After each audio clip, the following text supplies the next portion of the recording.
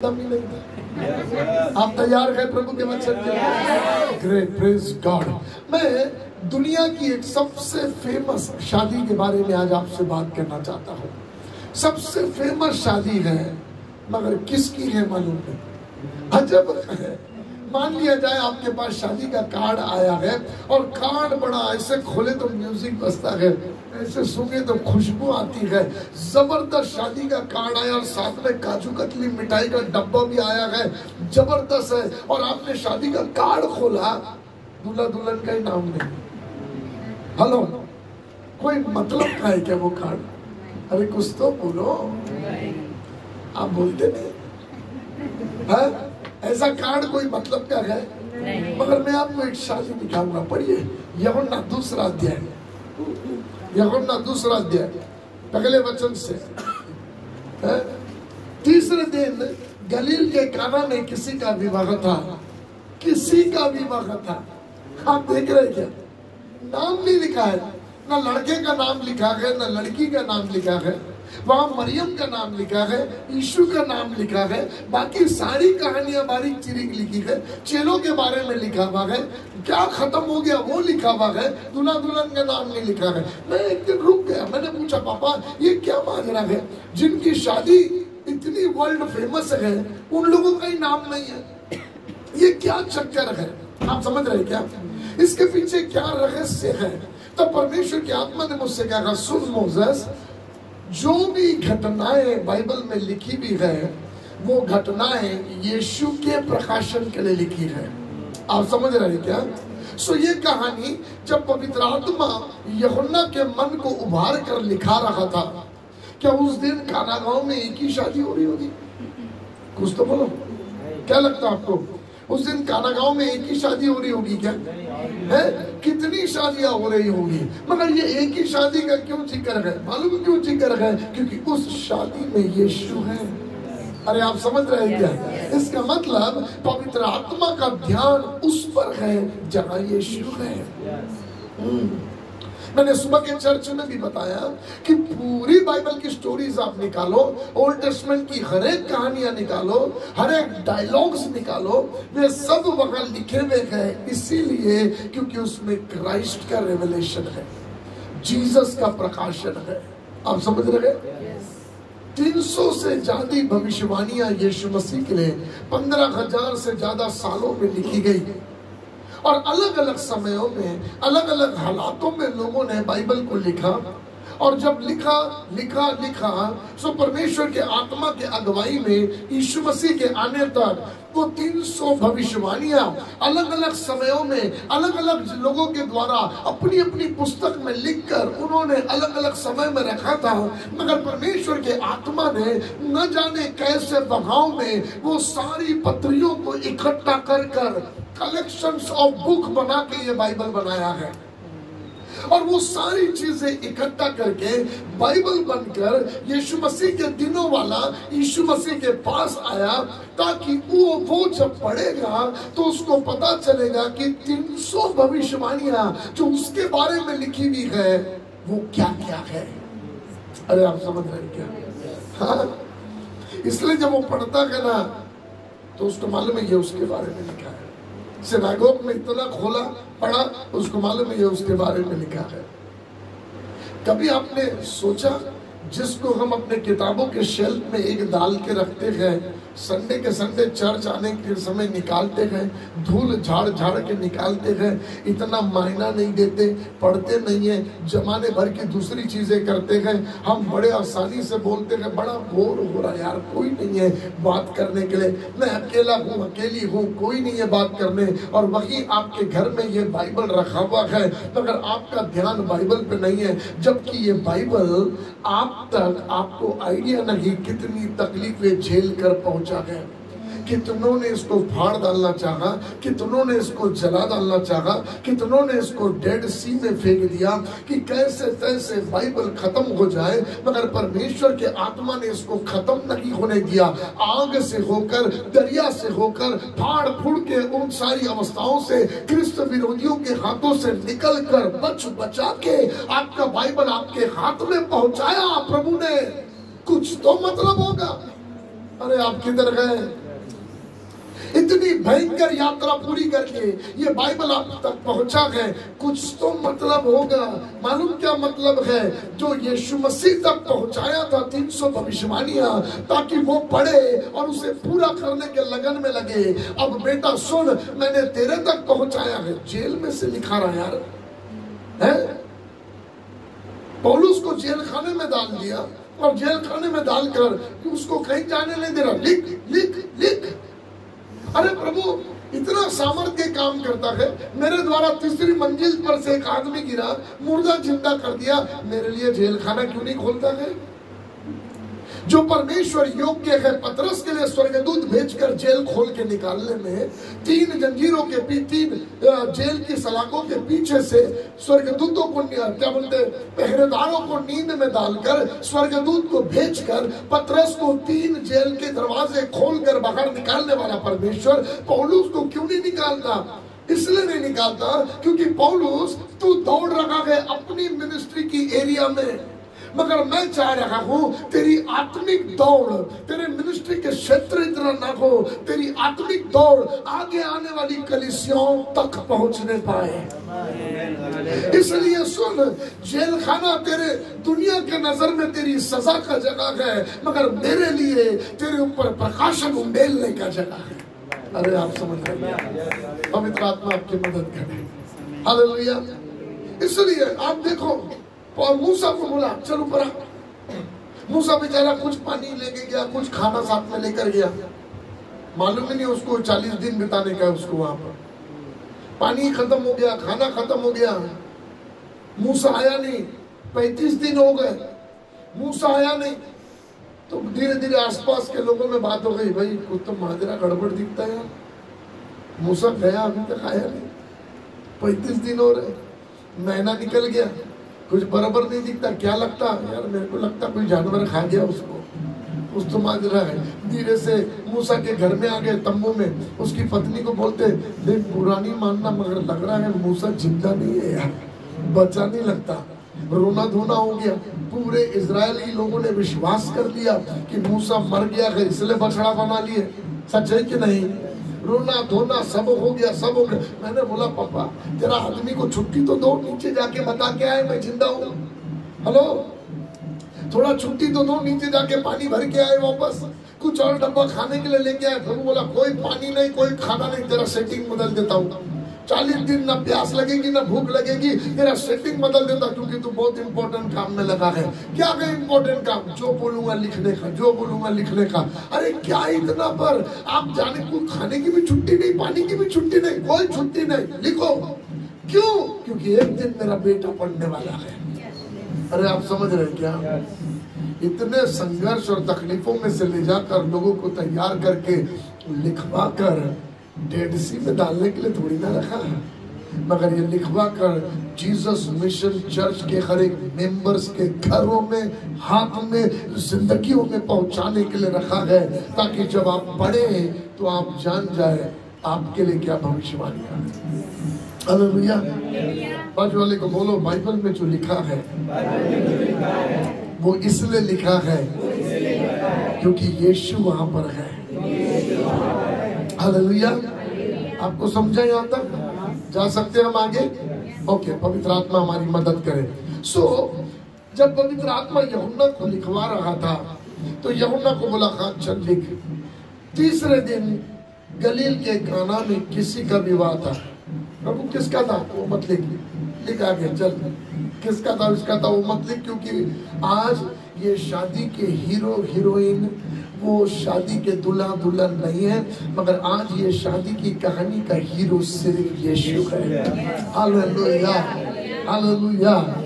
और मेरी दुआ है हमारे परिवार, हमारे मैरिज की कहानी में यीशु हीरो नजर आने पाए, यीशु हीरो नजर आने पाए। जैसे गलील के काना, मालूम आपको ये भाग बाइबल का बहुत से लोगों के लिए शैतान ने गड़बड़ी के लिए इस्तेमाल किया है। बहुत से लोग ये भाग को पढ़कर डाइवर्जन में चले गए। कैथोलिक लोग ये भाग को पढ़कर वो इस बात में समझ चले गए कि हम भी मरियम को बोलेंगे, मरियम यीशु को बोलेगा। हेलो, मेरी बात ध्यान से सुनना। क्योंकि उनको ये लगता है यीशु मसीह को ये मिरेकल नहीं करना था, मगर मरियम के बोलने के कारण किया। इसलिए अभी भी हमने यीशु मसीह को कुछ मांगा नहीं दिया तो मरियम को बोलो, तो मरियम उसको बोलेगी तो वो मरियम को मना नहीं कर सकता। आपने समझा ही नहीं है। सिर्फ इस स्टोरी में मरियम मध्यस्थ है क्योंकि वो जिंदा थी, आप समझ रहे। मगर अब मरियम मध्यस्थ नहीं हो सकती क्योंकि वो मिट्टी में चली गई है।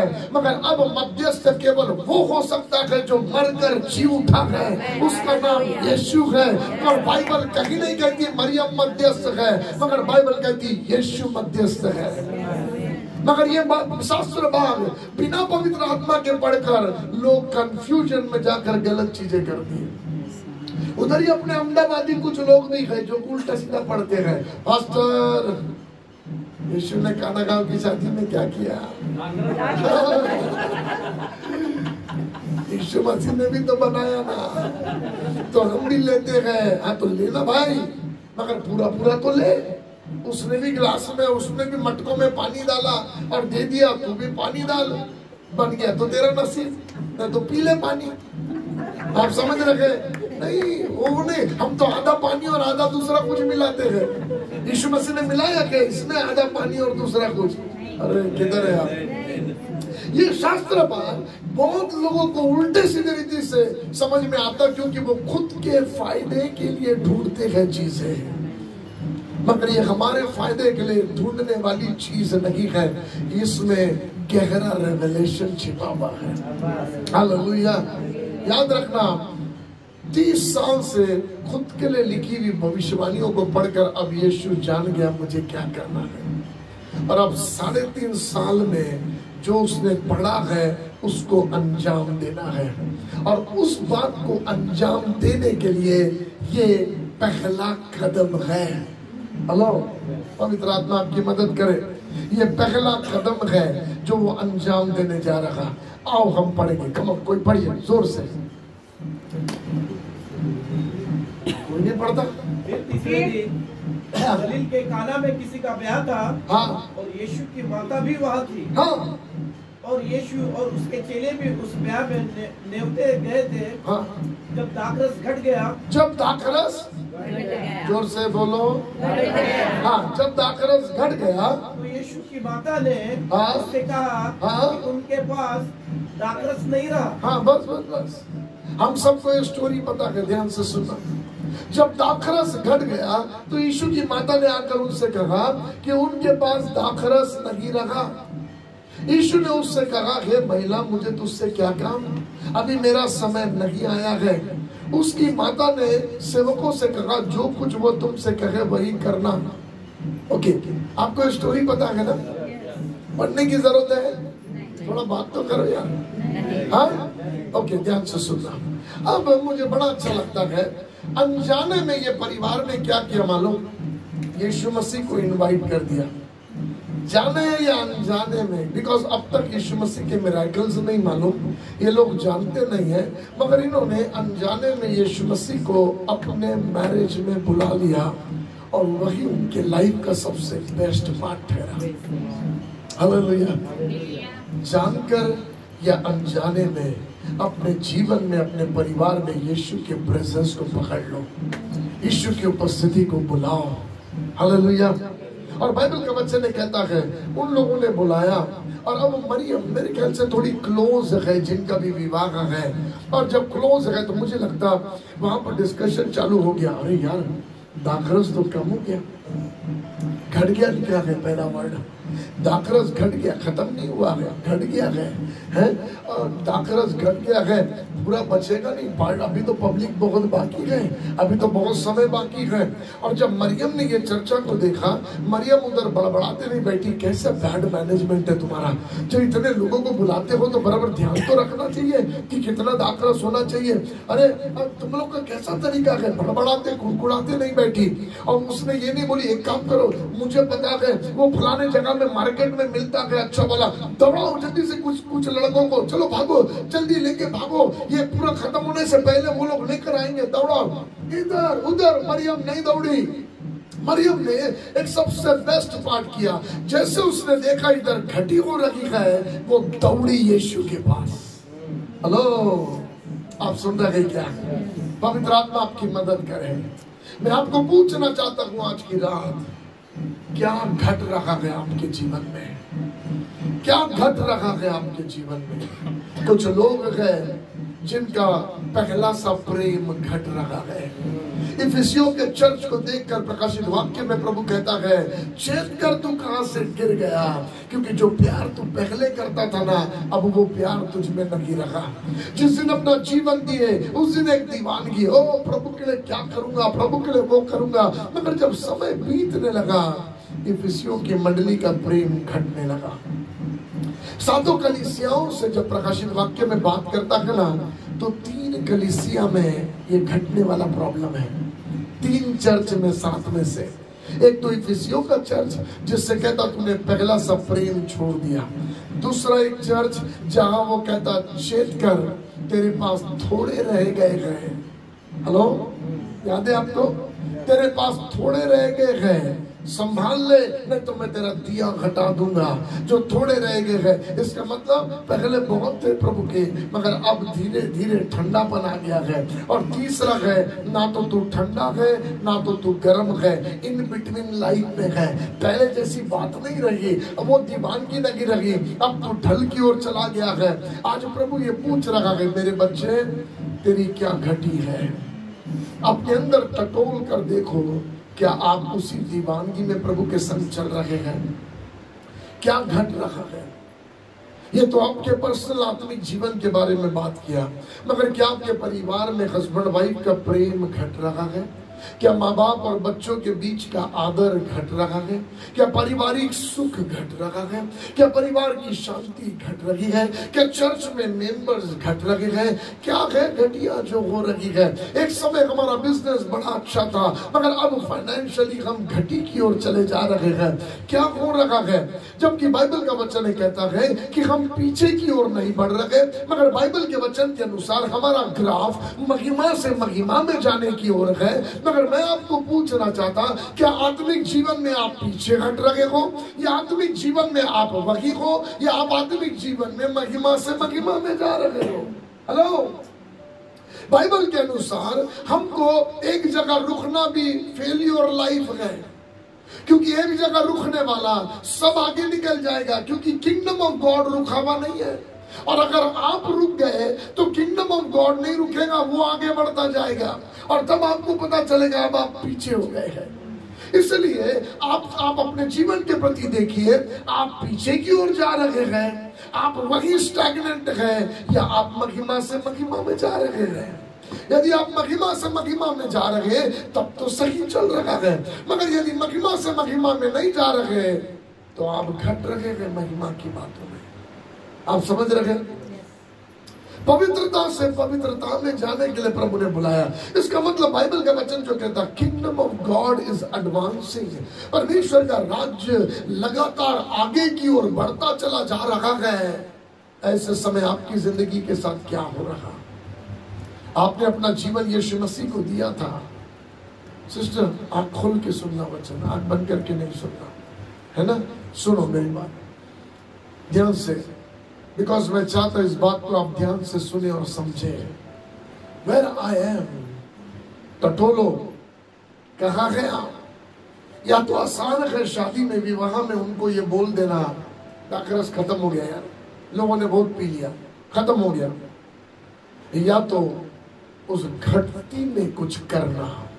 हेलो, यदि कुछ घट रहा है तो आपको एक मिरेकल की जरूरत है, एक आश्चर्य कर्म की जरूरत है। बाइबल का वचन कहता जब दाखरस घटने लगा, मरियम दौड़ के यीशु के पास आई। मेरा सवाल है, वो क्यों यीशु के पास आई? उसके घर का प्रॉब्लम नहीं था, किसी के और के घर की शादी थी। अगर हम शादी ब्याह में जाते हैं और हमको पता चल जाए कि बिरयानी खत्म होने वाली है तो हम क्या करते हैं?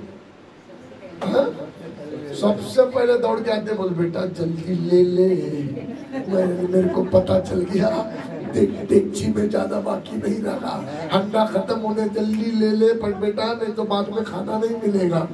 हेलो, घटी को देखकर, डोंट वरी, घटी को देखकर हम अपना उल्लू सीधा करने के चक्कर में रहते हैं। मगर मरियम के पास एक डिफरेंट हार्ट है, मरियम के पास एक मध्यस्थी का हृदय है। जब वो देख रहा है घटी में जा रहा, जब चीजें घटी में जा रहा, मरियम दौड़ी यीशु के चरण पर, भागी यीशु के चरण पर। वो ये नहीं बोली ये मेरा प्रॉब्लम नहीं है, उनका है, वो देखते बैठे। आप समझ रहे हैं क्या? हेलो, क्या आप दूसरे के बोझ के लिए प्रभु के चरण पर दौड़ने के लिए तैयार हैं? क्या आप दूसरे की तकलीफ को लेकर अपनी तकलीफ बना के प्रभु के चरण पर दौड़ने के लिए तैयार हैं? ये मरियम का प्रॉब्लम नहीं था, किसी और का प्रॉब्लम था, कोई और शर्मिंदगी को झेलने वाला था। मगर मरियम ने कहा, ओ यीशु, उनके लिए शर्मिंदगी हो जाएगी, पूरे मोहल्ले में चर्चा होगा उनके शादी में क्या हो गया। यीशु, प्रॉब्लम उनका है, बिनती मेरी है। ओ, आप समझ रहे क्या? हालेलुया। ओ, इस अहमदाबाद शहर में क्या किंगडम ऑफ गॉड बढ़ रखा है या किंगडम ऑफ गॉड घट रखा है? क्या मसीह तो बढ़ रखा है? आपको पता है आज वर्ल्ड वाइड क्या हो रखा है? क्रिश्चियनिटी यूरोपियन कंट्री में घटती जा रही है और दूसरा रिलीजन यूरोपियन कंट्री में बढ़ रखा है। मसीहत घटता जा रहा है, शैतानवादी कलीसियां बढ़ती चली जा रही है। आपको समझ में आ रहा क्या? और जब ये घटी को हम देख रहे हैं, क्या हम मरियम के नहीं यीशु के चरण पर दौड़ने के लिए तैयार हैं क्या? कि ये कहे, लॉर्ड ये घटी को खत्म मत होने दे, मगर हम प्रार्थना करते तेरा मिराकल होने दे। आप समझ रहे हैं? मरियम तू क्यों भागी यीशु के पास? आज तक तो यीशु ने कोई मिराकल नहीं किया, 30 साल से वो कोई मिराकल नहीं किया। तू क्यों भागी यीशु के पास? आज तक नहीं किया, मगर क्या जाने आज कर दे। मैंने आज तक उसके द्वारा मिराकल नहीं देखा, क्या जाने वो आज कर दे, इसलिए मैं उसके पास दौड़ी हूँ। आज तक यदि आपने खुदा का कुछ काम नहीं देखा, अब की बार देखने के लिए दौड़ो उसके चरण पर। अब तक कुछ होता हुआ नहीं देखा, अब की बार होगा करके आशा से दौड़ो उसके चरण पर, और आप प्रभु की महिमा जरूर देखोगे। हालेलुया। मरियम, तू क्यों दौड़ी यीशु के पास? तू और दूसरों की तरफ क्यों नहीं दौड़ी? मार्केट में क्यों नहीं दौड़ी? मार्केट में लोगों को क्यों नहीं दौड़ाई? तुझे दुकान नहीं पता क्या कहाँ है? यदि उनसे चर्चा करें, पता लगाओ जल्दी से कहाँ पर मिलेगा, कहाँ दुकान खुला है, कहाँ पर होगा, कहीं कुछ बचा, भगाओ, चलो दौड़ाओ ना। मरियम दौड़ी यीशु के पास, इसलिए दौड़ी। मरियम कहती है, मैं इसलिए यीशु के पास दौड़ी क्योंकि मुझे मालूम है जो इनको चाहिए सिर्फ वो दे सकता है। आप समझ रहे क्या? डू यू बिलीव हमारी घटियों को केवल यीशु पूरा कर सकता? इस टाइम में जो इंडिया को चाहिए, इस समय में जो अहमदाबाद को चाहिए, कि आपको बिलीव है यीशु वो दे सकता है। यदि आपके अंदर वो बिलीव है तो आप हर माजरों को लेकर यीशु के पास आओगे, हर विनतियों को लेकर यीशु के पास दौड़ोगे, क्योंकि आपके अंदर नंबर 1 ये बिलीव है, जो हमको चाहिए वो सिर्फ वो दे सकता है। नंबर 2, मरियम कहती मैं इसलिए दौड़ी उसके पास, सुनना ध्यान से, क्योंकि मुझे मालूम है वो कौन है। बाकी लोग को नहीं मालूम।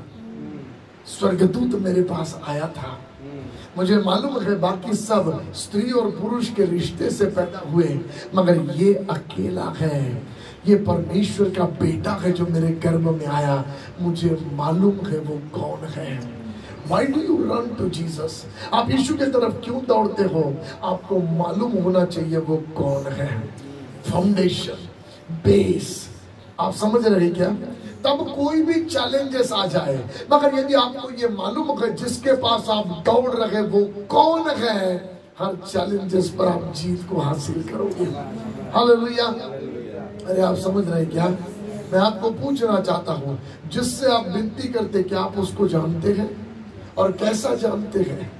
आज सुबह हमने उसी के विषय पर देखा, कैसा जानते हैं आप उसको, क्योंकि आप जैसा जानते हो उस प्रकार का प्रकाशन मिलेगा और उस तरीके का रेवलेशन और उस तरीके की ब्लेसिंग आपके लाइफ में बहती चली आएगी। हालेलुया।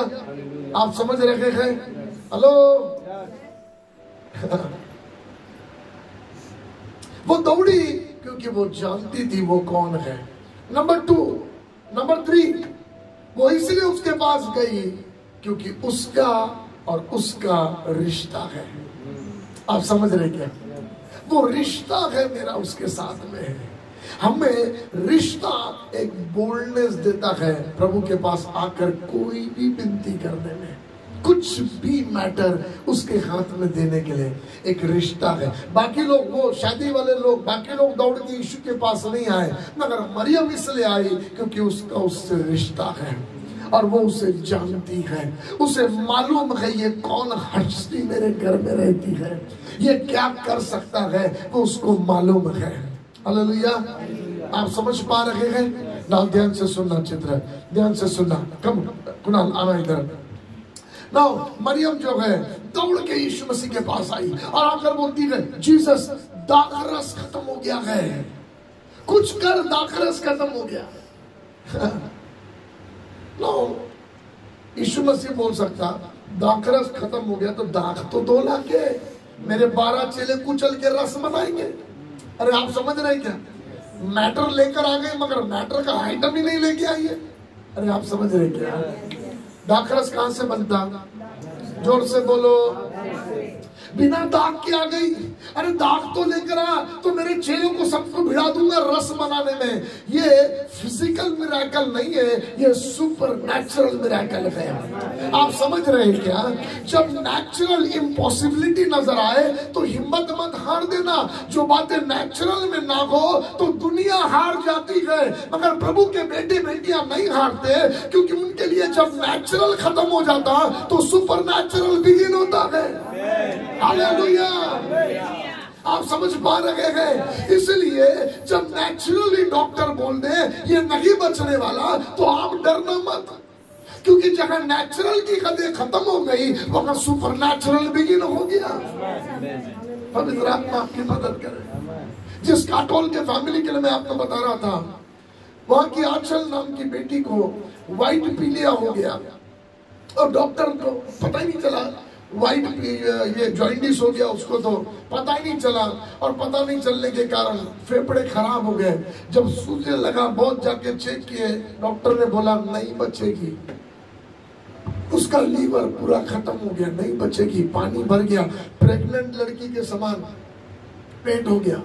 उन्होंने नंबर पता लगा कर उनका सिस्टर ने फोन किया, बोला पास्टर हमको पता चला आप नागपुर आए गए, आप आओगे क्या प्रार्थना करने? डॉक्टर ने बेटी के लिए जवाब दे दिया। हम लोग सब गए प्रार्थना करें, दुष्ट आत्मा जागृत हुआ, दुष्ट आत्मा निकल कर भाग गया। उस लड़की को छोड़ के आज 80% उसका पेट अंदर हो गया है, लीवर में परमेश्वर कार्य कर रहा, बच्ची सब कुछ नॉर्मली करने पा रही। मैं प्रभु को धन्यवाद देता हूँ, क्योंकि जब नेचुरल खत्म होता है बेटे बेटियां डरते नहीं है। जब नेचुरल खत्म होता है वो सुपर नेचुरल के लिए प्रभु को देखते हैं। Hallelujah, hallelujah. बाजू वाले को बोलो नेचुरल खत्म हो गया तो डरो मत, सुपर नेचुरल आपके लिए है। हालेलुया। समझ में आया आपको? जा सकते हम आगे?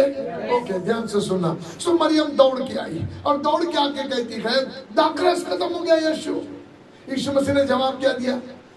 ए नारी, मेरा समय नहीं आया। अरे क्या जवाब दे रहे हो यार? बोल क्या रहे, जवाब क्या दे रहे हो? ध्यान रखना यीशु के धुन में क्या है। 30 साल से मेरे बारे में लिखा हुआ पढ़ लिया, अब हर एक कदम जो मैंने पढ़ा है वो पूरा करने के लिए मैं दौड़ रहा हूँ। वो शादी में भी है मगर उसके दिमाग में एक ही चल रहा है, मुझे क्या करना है, मुझे क्या करना है, मुझे क्या करना है। आप समझ रहे क्या? पवित्र आत्मा आपकी मदद करे आज इस भाग में से शास्त्र के कुछ देखने में आपकी मदद करे। यीशु मसीह सडनली जवाब देता है नारी मेरा समय नहीं आया, क्योंकि मालूम ये माँ वो तो जानता है, ये ना 30 साल से हर दिन 30 साल से हर दिन एक ही बात की आशा में लगी है। स्वर्गदूत ने जब जो बोला वो कब शुरू होगा, कब शुरू होगा? सुनना मेरी बात ध्यान से, शायद बैटरी खत्म होगी। ये कब होगा? ये सब बातें जो लिखी गई ये कब पूरा होगा, कब होगा? एक ही बात उसके दिमाग के धुन में चल रही है, एक ही बात उसके सर में चल रहा है। मेरे को लगता है जब यहाँ तक शायद उसका हस्बैंड मर गया है, मेरी का हस्बैंड मर गया है, और मर गया है, शायद उसके डेड बॉडी के समय भी उसने जीसस को देखी होगी, क्योंकि उसको मालूम है वो कौन है। मगर कोई मिरेकल नहीं हुआ, कोई चीज लगी हुई। हर इंसिडेंसेस में वो यीशु मसीह की ओर देखती होगी, मगर कुछ नहीं हो रहा। और अब जीसस को मालूम है कि ये मेरे जीवन में से कुछ परमेश्वर की सामर्थ को बहता हुआ देखना चाहती है। यदि स्वर्गदूत ने बोला ये परमेश्वर का बेटा है, तो बेटे होने की सामर्थ अब तक दिख नहीं रही है। इसलिए हर इंसिडेंस में वो सामर्थ ढूंढ रही है कि ये आया जिसने है वो कब करेगा। और अब यीशु मसीह कहता है अरे मेरा समय नहीं आया है। आप समझ रहे क्या? क्योंकि जो मुद्दा तू लेकर आई है ना मेरे पास, दाखरस खत्म हो गया, वो मुद्दा तूने छेड़ दी है। हेलो, ओके ओके, ठीक है, थोड़ा सा कम कर दो ताकि ज्यादा ये ना हो, थोड़ा सा और कम कर दो। ओके ग्रेट, ठीक है, थैंक यू। तूने दाखरस का जो मुद्दा छेड़ दी, तुझे आइडिया नहीं तूने क्या मुद्दा छेड़ी है। क्योंकि इस एक दिन जब मैं कह रहा हूं तुझे मेरा समय नहीं आया है, याद रखना अंत के समय एक दिन इसी दाखरस को लेकर मैं लोगों को बताने वाला हूं, ये मेरा लहू है जो तुम्हारे लिए बहाया जाता है। अनजाने में जो तूने मांग ली ना दौड़ के आते हुए कि दाखरस दे, खत्म हो गया है, कुछ कर दाखरस का, वो ये कह रहा है सुन मेरा समय नहीं आया है। क्योंकि जो दाख और जो रस की तू बातें कर रही है मैं अपने बदन में से निकाल कर देने वाला हूं। मेरा समय अभी नहीं आया है। अरे आप समझ रहे क्या? यीशु मसीह को एकदम से पता चल गया उसको क्या करना है, क्या चीजें हैं, क्या माजरा है। अरे तू बिना दाख के चली आई है। मालूम क्यों तू बिना दाख के चली आई? ये सिंबॉलिक है। अरे कभी भी दाख रस बिना दाख के नहीं बनता। दाख के बिना कुछ ले जाए दाख रस नहीं बनता। मगर ये पहला मिरेकल है ऐसा जहां दाख भी नहीं था और कुचला भी नहीं गया, मगर बेस्ट दाख रस बना। अरे आप समझ रहे क्या? बिना दाख के और बिना दाख के कुचले जाके रस नहीं बन सकता। जब तक दाख कुचला ना जाए रस नहीं बनता है। मगर ये पहला दाख रस है जिसमें दाख भी नहीं है और कुचला जाना भी नहीं है। मालूम क्यों? क्योंकि यशाया में भविष्यवाणी में लिखा गया था कि वो हमारे अधर्म के हेतु कुचला जाएगा। अरे आप समझ रहे क्या? प्रभु ये कह रहा है अभी मेरा समय नहीं आया, मैं कुचले जाने का समय नहीं आया। तू दाखरस बनने आई है मगर मेरे कुचले जाने का समय नहीं आया। मगर सुन, जिस दिन मैं कुचला जाऊंगा ना, एक ऐसा उत्तम दाखरस दूंगा जो तेरी जिंदगी के दाग को धोकर साफ करेगा। हालेलुया। आप समझ पा रहे हैं? पवित्र आत्मा आपकी मदद करे। सो ब्यूटीफुल पिक्चर जीसस का। मरियम आई दौड़ के आके कहती है यीशु दाखरस खत्म हो गया। यीशु मसीह ने बोला ए नारी मुझे तुझसे क्या काम, मेरा समय अभी नहीं आया है। दाखरस क्रश होना एक पेनफुल प्रोसेस है, मगर प्रभु ने कहा ये मिरेकल जो है ना, जिसमें दाख को कुचला नहीं गया फिर भी दाख मिला, ये सिंबॉलिक है मैं तेरे जीवन में क्या करने जा रहा हूं। कि इसके बाद तेरे जीवन में कुचले जाने का अनुभव नहीं होगा, क्योंकि मैं तेरे लिए कुचला गया मगर तुझे मिलेगा कुचला जाना नहीं मगर सिर्फ मीठा रस। अरे आप समझ रहे हैं? ओल्ड टेस्टमेंट में कड़वे सागपात के साथ मांस को भूंज कर खाने के लिए बोला था। सो ओल्ड टेस्टमेंट में प्रभु भोज की विधि जो होती थी, वो प्रभु भोज की विधि में कड़वा अनुभव था। क्यों? क्योंकि इजराइल मिस्र के कड़वे अनुभव में से बाहर निकल कर आया था। और प्रभु ने कहा था जब जब ये लोगे तो स्मरण करना कैसे मैंने तुम्हें मिस्र की गुलामी से बाहर निकाल के लेके आया। सो ओल्ड टेस्टमेंट के समय यीशु मसीह के दिनों तक प्रभु भोज को जब लिया जाता था तो कड़वे साग पात को लेकर लिया जाता था कि वो याद करते थे वो कड़वे अनुभव को। मगर जब यीशु मसीह आया उसने मांस हटा दिया, जब यीशु आया उसने कड़वा साग पात हटा दिया, मगर रोटी दिया क्योंकि तुम्हारे बाप दादाओं ने रोटी खाई थी इसलिए अपनी देख रोटी की रीति पर दिया, और उसने मीठा दाखरस दिया जो सिंबॉलिक था कि तेरे जीवन के कड़वे अनुभव को मैंने हटा दिया है और तेरे जीवन को मिठास से भर दिया है। आप समझ रहे क्या? It's so beautiful. अब तू कुचला नहीं जाएगा। परिस्थितियों ने मुझे कुचल दिया है पास्टर, मुझे रौंद दिया है पास्टर। ओ चिंता मत कर मेरी बेटी, मेरे बच्चे, चिंता मत कर। तेरे कुचले जाने को आइज़ाया 53 के अनुसार मैं अपने ऊपर लूंगा। तो मेरे नसीब में कुचला जाना होगा, तेरे नसीब में मीठा दाखरस होगा। हालेलुया। आप समझे क्या? पवित्र आत्मा आपकी सहायता करे। हालेलुया। हेलो, ये मरियम दौड़ के आई, यीशु ने जवाब देके बोल दिया, नारी मुझे तुझसे क्या काम, मेरा समय नहीं आया है। मरियम ने सुना भी नहीं, उसको जवाब भी नहीं दिया। हेलो, बाजू वाले को बोलो, जिद्दी लोग नहीं सुनने के लिए रुकते नहीं है। अरे अच्छे से बोलो, जिद्दी लोग नहीं सुनने के लिए रुकते नहीं है, वो पाके रहते हैं। हालेलुया। वो दौड़ के आई और जैसे उसने नहीं इनडायरेक्टली बोल दिया, नारी मेरा समय नहीं आया है, इधर मुड़ी, बोली जो बोलेगा कर देना, और भाग गई। आप समझ रहे क्या? अब इधर देखकर जो वहां पर बाकी नौकर चाकर थे उनको देख के बोली, यीशु मसीह बोल रहा है, नारी मेरा समय नहीं आया, तेरा मुझसे क्या काम, जो बोला कर देना। अब सुनो, ये चली गई उधर, यीशु मसीह यहाँ से देख रहा उधर गई। ऐसा देखा तो ये पूरे देख रहे उसको, क्योंकि इसने बोल के गई जो बोलेगा कर देना। अब वो बोल रहे बोलो, अब फंस गया यीशु मसीह। अरे आप समझ रहे क्या? बाजू वाले को देखकर बोलो, जो यीशु बोला कर देना। ज्यादा दिमाग नहीं लगाना, जो यीशु बोला कर देना, जो प्रभु बोला कर देना। समझ में आए ना समझ में आए, अरे अच्छे से बोलो, अच्छे से बोलो। ये बहुत इंपॉर्टेंट पार्ट है जो मैं आपको समझा रहा। आपको समझ में आए ना समझ में आए, जो यीशु बोला कर देना, तब मिरेकल देखोगे। हालेलुया।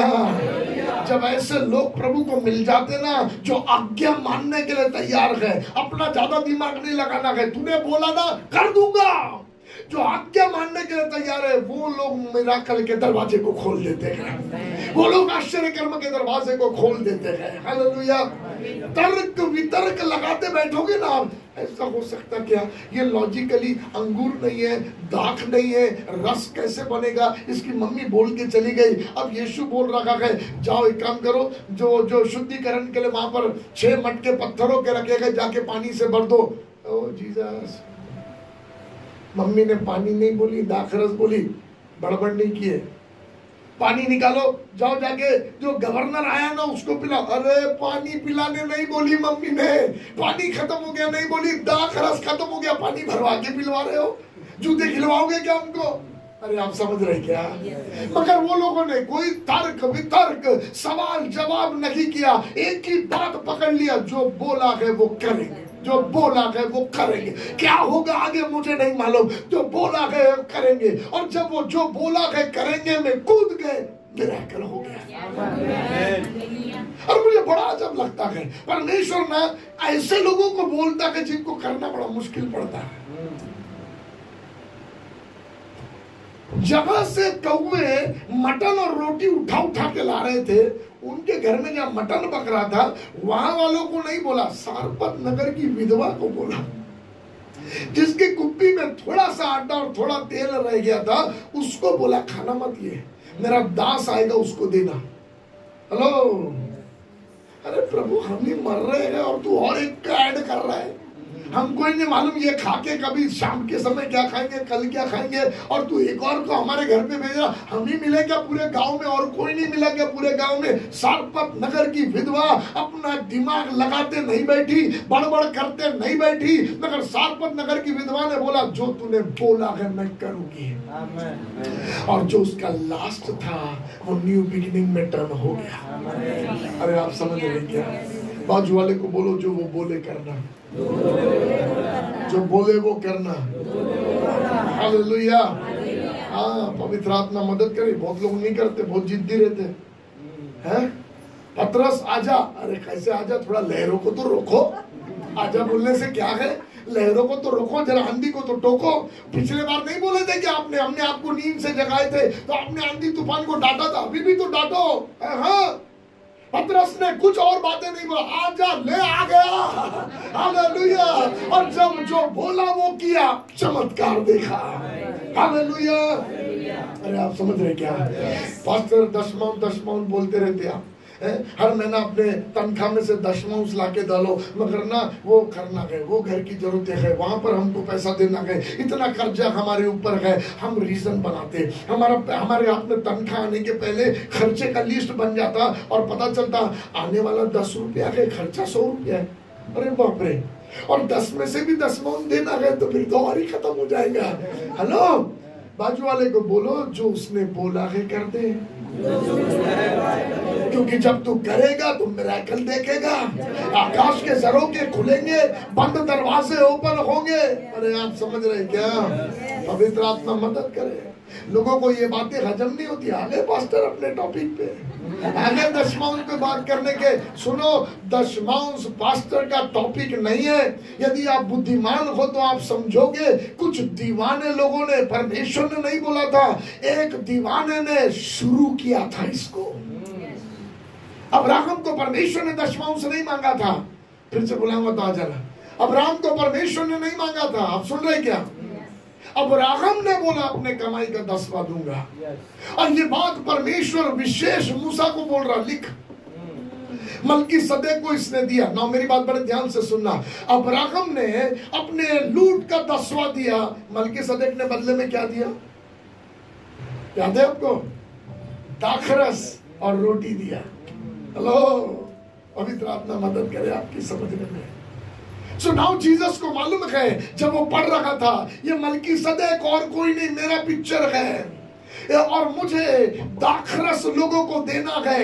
ये मेरे बारे में मूसा ने लिखा है। और अब ये मरियम दौड़ के आके बोलती है दाखरस खत्म हो गया। मेरा समय नहीं आया रे। जिस दिन दूंगा ना दाखरस, वो कभी खत्म नहीं होगा। मनुष्य आखिरी पृथ्वी पर रह जाएगा, उसके लिए भी उपलब्ध होगा मेरा दाखरस। अरे आप समझ रहे क्या? हालेलुया।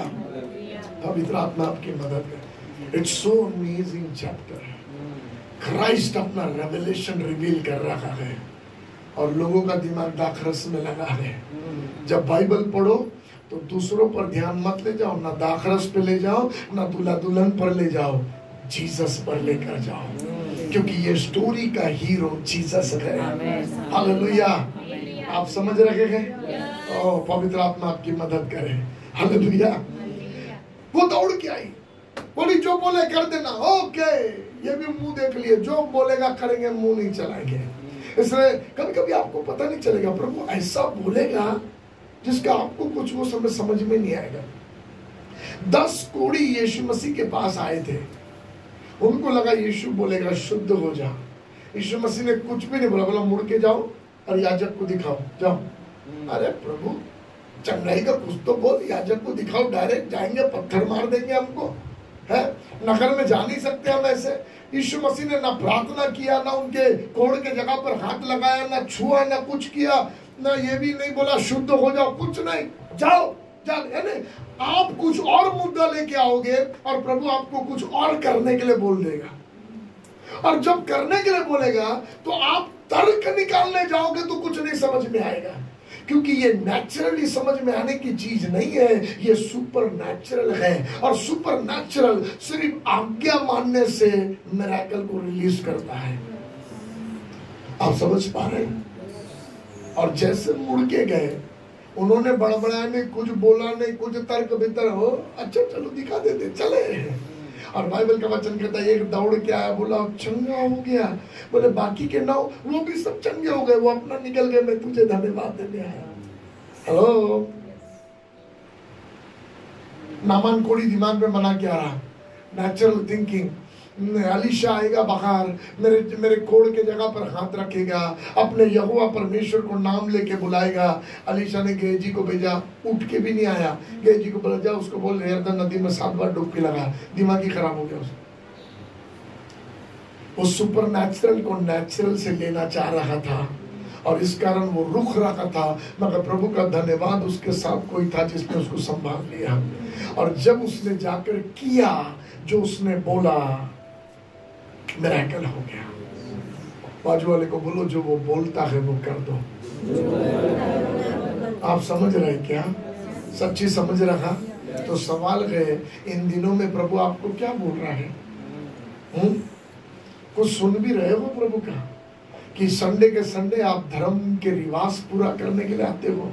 क्रिश्चियन है तो चर्च जाना पड़ेगा, पादरी है तो प्रचार करेगा, आराधक है तो आराधना करेंगे, इतना देर चर्च में बिताएंगे क्योंकि हमको शादी का भी इंतजाम करना है और दफन का भी इस्तेमाल करना है, तो हमें चर्च तो चाहिए। क्रिश्चियन है तो क्रिश्चियन समुदाय तो चाहिए, तो हमने अपना सेटिंग बना दिया। मगर मैं ये पूछना चाहता हूँ, हर संडे के संडे प्रभु अपने दास के मन को उभार कर आपसे कुछ कहता है, आप कर रहे हो क्या? हेलो, एवरी टाइम जब आप वचन सुनते हो, प्रभु आपसे कुछ कहता है, क्या आप कर रहे हो क्या? यदि आप करोगे, आप सुपरनैचुरल को देखोगे। हालेलुया। आपको समझ में आया? ओके। सो उसने उनको बोला एक काम करो, यहूदियों के पवित्र करने की विधि के अनुसार जो 6 पत्थर के मटके रखे हुए हैं, आप समझ रहे? इसका मतलब कितने बड़े पत्थर थे वो।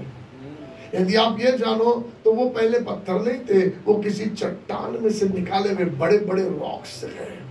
अरे आप समझ रहे? हेलो, प्लीज ध्यान से सुनना, पवित्र आत्मा मदद करे। किसी ने जाकर वो बड़े बड़े चट्टानों में से बड़े बड़े पत्थर के ढेलों को निकाल के लेके आया और 6 मटकों को मटके बनाया। उसके कैसे बनाया होगा बड़े बड़े पत्थर के मटके? एक हथौड़ा लिया और एक किल्ली लिया और ठोक ठोक के उसे तराश तराश के उसको अंदर से गहरा बनाया ताकि उसमें कितना 1.25 मन जल समा सके। आप समझ रहे? उसमें जल डाला जाता था जो यहूदियों की पवित्र होने की विधि के अनुसार था। मगर उस दिन यीशु मसीह ये कह रखा है कि जितने काम तुम अपने लिए पवित्र होने के लिए बनाते हो, उसके द्वारा तुम पवित्र नहीं होंगे। तुम्हारे जल में दम नहीं है पवित्र करने का, मगर एक दाखरस मैं देता हूं, वो तुम्हें पवित्र बनाएगा। इसलिए एक मिराकल मैं करने वाला हूं। क्या मिराकल करने वाला मालूम? तुमने अपने पहाड़ों में से पत्थरों को लेकर आया है, रॉक उठा के लेके आया है, मगर मैं वो चट्टान हूं जो इस्राएल के साथ चलता चला आया। एक जिंदी चट्टान, एक रॉक हूं जो उनके साथ चलता चला आया हूं, जिसके विषय में लिखा गया यशायाह ने कि यहोवा के भवन का पर्वत सब पर्वतों के ऊपर विराजमान होगा।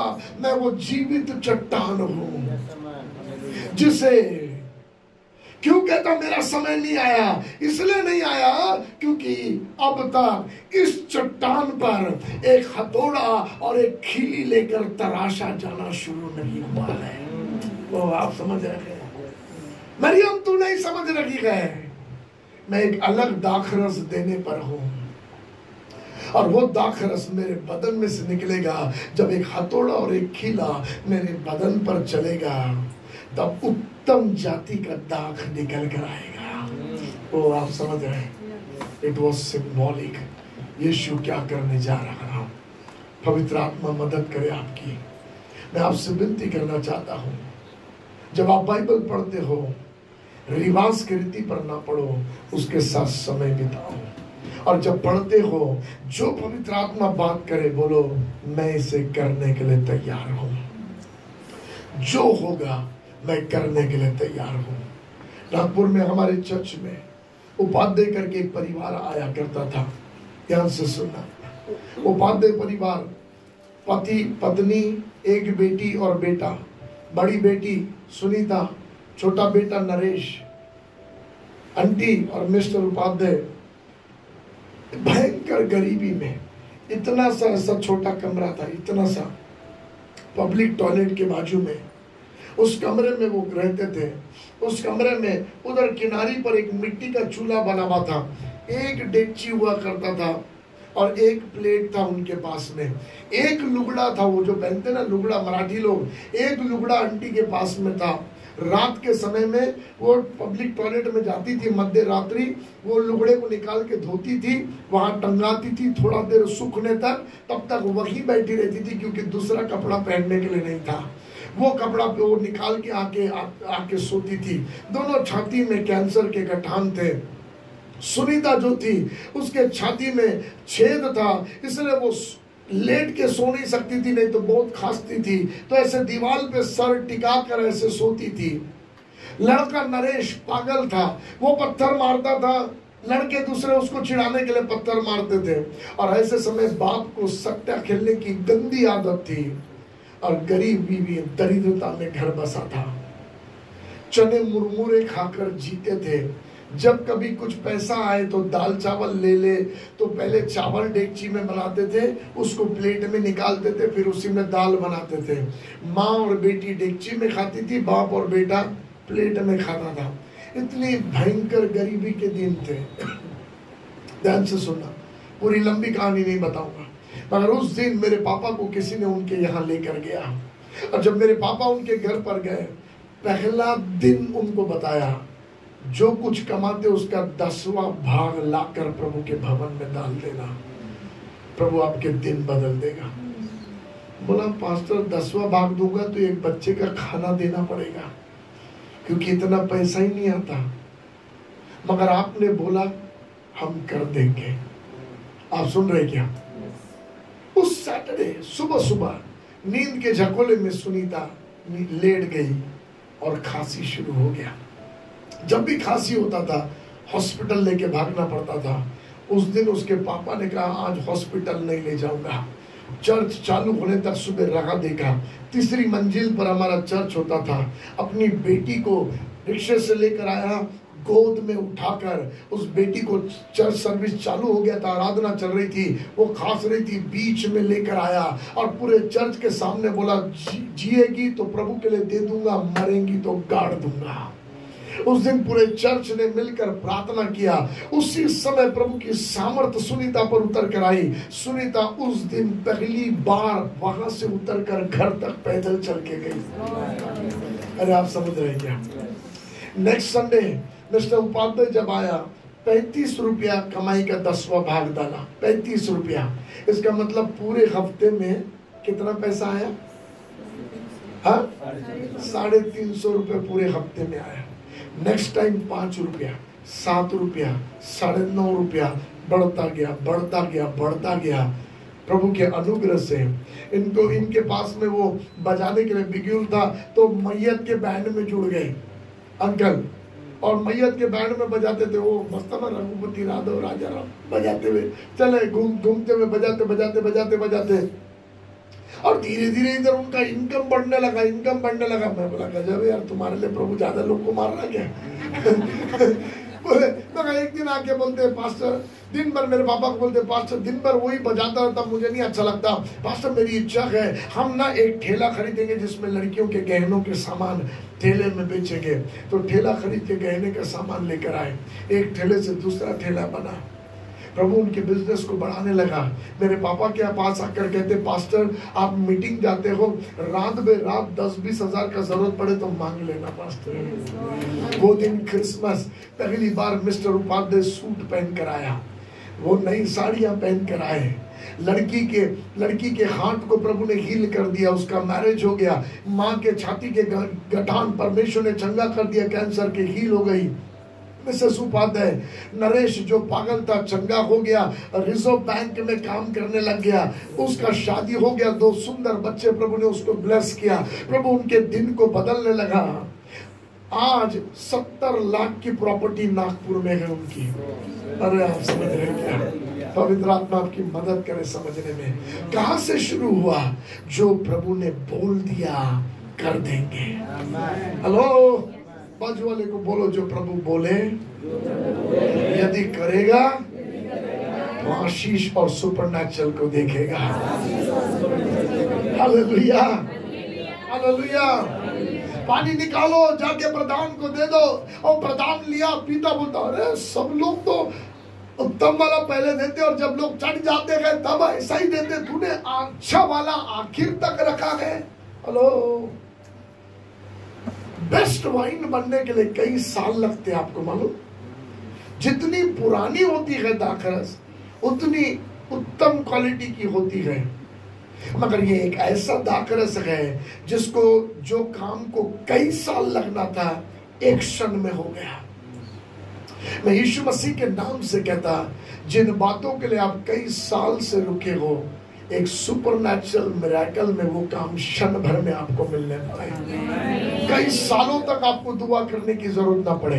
ये जीसस मिशन चर्च को बढ़ने के लिए कई साल ना लगे। खुदा का सुपरनैचुरल मिरेकल आप देखने पाए।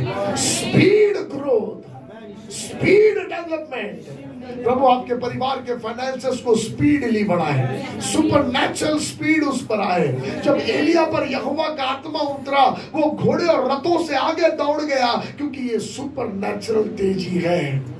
आप समझ पा रहे क्या? आज की ये रात में आपके ऊपर ये वचन की घोषणा करता हूँ। यीशु मसीह ने वहां मरियम को बोला समय नहीं आया, मगर हमारे लिए समय हो चुका है। हमारे लिए वो दाखरस उपलब्ध है जो यीशु मसीह के देह में से निकला, क्योंकि हमारा जिंदा चट्टान, उस पर एक हथौड़ा और खीला चला दिया गया है, और उसमें से निकला हुआ दाखरस, उत्तम जाति का दाखरस हमारे लिए उपलब्ध है। आइए अपनी आंखों को बंद करें। प्रेमी पिताजी, मैं आपको धन्यवाद देता हूँ। धन्यवाद, धन्यवाद, धन्यवाद। मैं प्रार्थना करता हमारे परिवारों में जीसस आप ऊंचा उठे लॉर्ड। जब हमारे परिवार की चर्चा हो तो उसमें आपकी चर्चा हो लॉर्ड। हमारे परिवार में झगड़े की चर्चा ना हो, कमी घटी की चर्चा ना हो, मगर हमारे परिवार में यीशु की चर्चा हो, मिरेकल की चर्चा हो।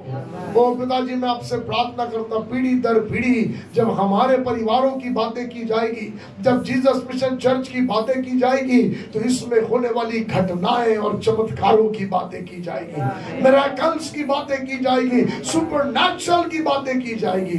मैं प्रार्थना करता हूँ लॉर्ड, ऐसे सुपरनैचुरल इस चर्च में बिगिन होने पाए इन जीसस नेम। मैं प्रार्थना करता हूँ लॉर्ड, और आपको धन्यवाद देता हूँ कि कुचला जाना आपने हमारे लिए नहीं रखा है, मिठास आपने हमारे लिए रखा, उत्तम जाति की दाखरस आपने हमारे लिए रखा। आप हमारे अधर्म के हेतु मारे गए और कुचले गए। धन्यवाद, आप वो कुचलने वाला दाख बने और मीठा रस आपने हमें दे दिया। हम आपको धन्यवाद देते हैं। हथौड़ा और खीला हम पर नहीं चला, वो चला आप पर, मगर मिली आशीषें हमें। हम आपको धन्यवाद देते हैं। मैं प्रार्थना करता हूँ लॉर्ड, ये चर्च वो हो जो आपका सुने और दौड़े, ये चर्च वो हो जो आपका सुने और करे, अपनी योग्यता के सहारे नहीं, मगर आपसे मिलने वाले सुपरनैचुरल के भागीदार बनने पाए। ये प्रार्थना यीशु के नाम से मांगता हूँ, आमीन।